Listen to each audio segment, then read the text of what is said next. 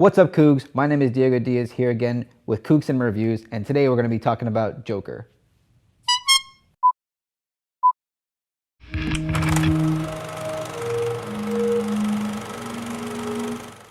So Joker doesn't need much introduction by this point.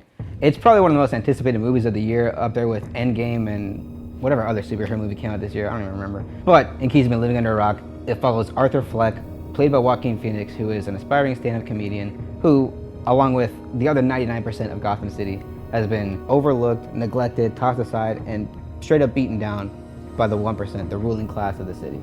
And it all boils over to create one of pop culture's most iconic villains of all time.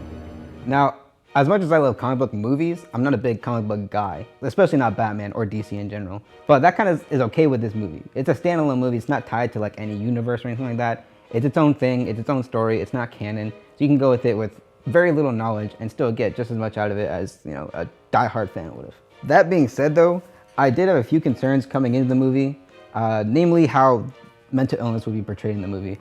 I knew the character of Arthur would be suffering from some mental illness, and I was really worried it was gonna come out pretty distasteful, like it has in the past with some movies. For example, Split, you know, as much as I enjoyed that movie in the moment, looking back on it, you know, even though it's only been 3 years or something like that since it came out, it hasn't aged well at all. I mean, mental illness in that movie is literally a big scary monster. But I think they handled it pretty well in this movie. I don't think mental illness wasn't the reason that he turned evil. It was a number of different things, and mental illness was only an aspect that didn't help the situation. It was part of a big spiral that became a perfect storm. I was also concerned about how blurred the lines would be between, you know, just your run-of-the-mill character study and whether the movie would, you know, promote violence or not, you know, because there are movies that are violent, but, you know, sometimes they strike closer to home a lot more. And with all the subject matter and everything that's going on in the world with all these terrible, terrible mass shootings, I was really concerned about this. But again, I think it handled it in a pretty decent way. It didn't promote the bad things that the character did. It made sure to set the tone between when you should feel sympathy for this character and when he's totally gone off the rails and he's doing awful things and you should feel terrified of him. But I digress. Todd Phillips did a great job in this movie, which is pretty surprising given his history, his filmography of making a lot of comedies, a lot of, you know, frat house bro comedies. Like, yeah, nice dude. And he pulled off the drama really well. It was very, very tragic and very terrifying.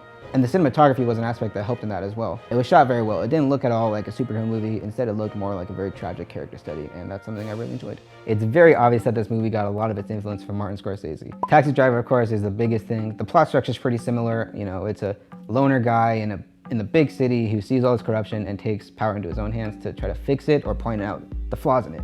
Another thing it takes influence from is The King of Comedy, which I haven't seen, but it's another Scorsese movie, and of course, it has Robert De Niro.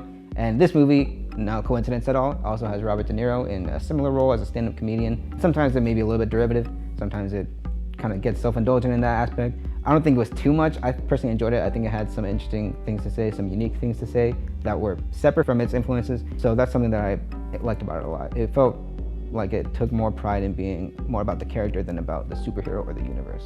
And of course, I can't in good conscience leave this review without talking about Joaquin Phoenix. Oh my God. He is electric in this movie, okay?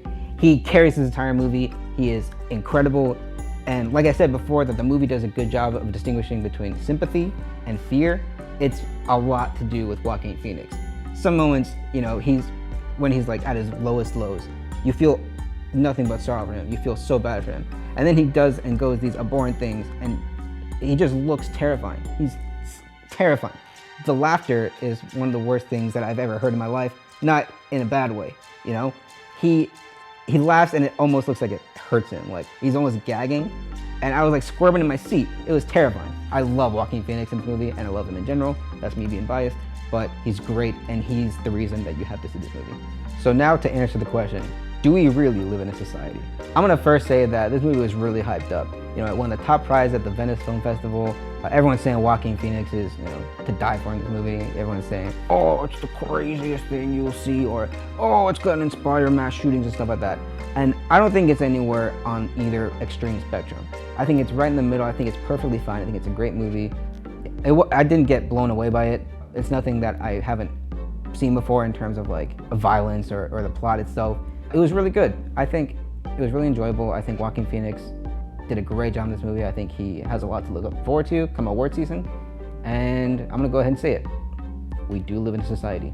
So that about does it for us here at Coog TV. My name is Diego Diaz. You guys have been amazing. Please leave a like, subscribe, comment down below what you thought of the movie. Did you love it? Did you hate it? Do you think Joaquin Phoenix will win an Oscar?